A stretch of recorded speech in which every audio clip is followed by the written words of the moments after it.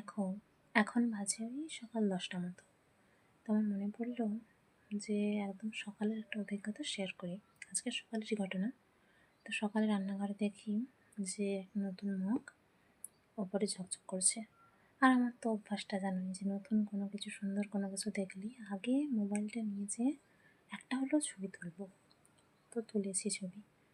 এবার তারপর বাইরে কলতলায় গিয়ে দেখি যে সাবমার্সিবলের যে মেশিনটা আছে তার উপরে যে নতুন ঢাকনা হয়েছে এবারে ঘর ঢালাই করার সময়, তার উপরে আছে পুরানো মগটা।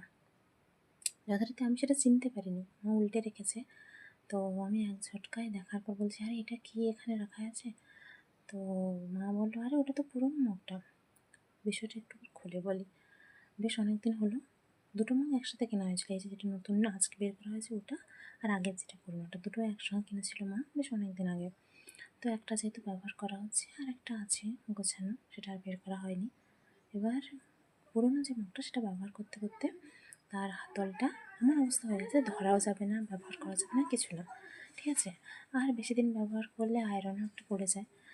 তো এত সব ব্যাপারের জন্য সেটা অবশেষে বাতিল করতে হয়েছে আজকে।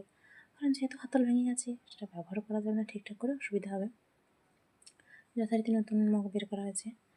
তো মা তখন বলল যে, মা অনেক সময় অনেক ধারণ কথা বলে। তো মা তখন হুট করে বললো যে, দেখলি তো পুরোনো জিনিসটাকে এতদিন ব্যবহার করার পরেও হুট করে যখন আজ নতুন একটা জিনিস এলো তখন তাকে দেখে চিনতে পারলি না, তাকে অচেনা লাগছে, ভুলেই গেছিস। আমি কোথাও গিয়ে যেন একটু থমকালাম। থমকে যাওয়ার পর আমি বললাম, হ্যাঁ তুমি ঠিকই বলেছো।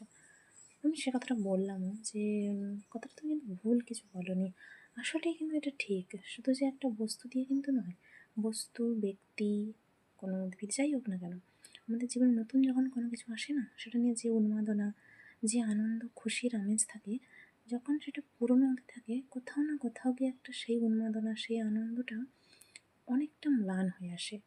কিন্তু এটা তো ঠিক নয়, তাই না? কারণ দীর্ঘদিন ধরে আমরা যার সংস্পর্শে থাকি তাকে বেশি করে আঁকড়ে রাখা উচিত। নতুন যে আসছে তাকেও, মানে কি বলা যায়, তাকেও অবশ্যই আমাদের সাদরে গ্রহণ করতে হবে, কিন্তু পুরোনোকে তো ভুলে দিলে বা ছেড়ে দিলে হবে না।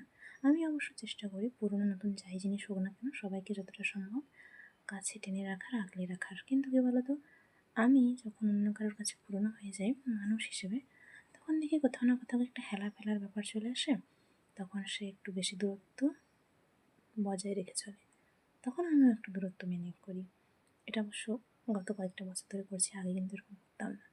যাই হোক, তো কোথাও না কোথাও গিয়ে এটা কিন্তু সত্যি, পুরোনোকে মানুষ গুরুত্ব দেয় না, মানুষ নতুন পেলে নতুনকে নিয়েই মজে থাকে। যাই হোক, মন চাইলে ঘটনাটা একবার বলি। তো এই হচ্ছে বিষয়। এবার হ্যাঁ, ওই পুরোনো মুখটা আবার বিক্রি করে দেওয়া হবে, যেহেতু কোনো কাজে লাগবে না। তো মানুষ অনেক সময় এরকম করে, পুরোনো মানুষকে জীবন থেকে বাতিল করে দেয় আর নতুনকে গ্রহণ করে নেয়, তাই না? টাটা।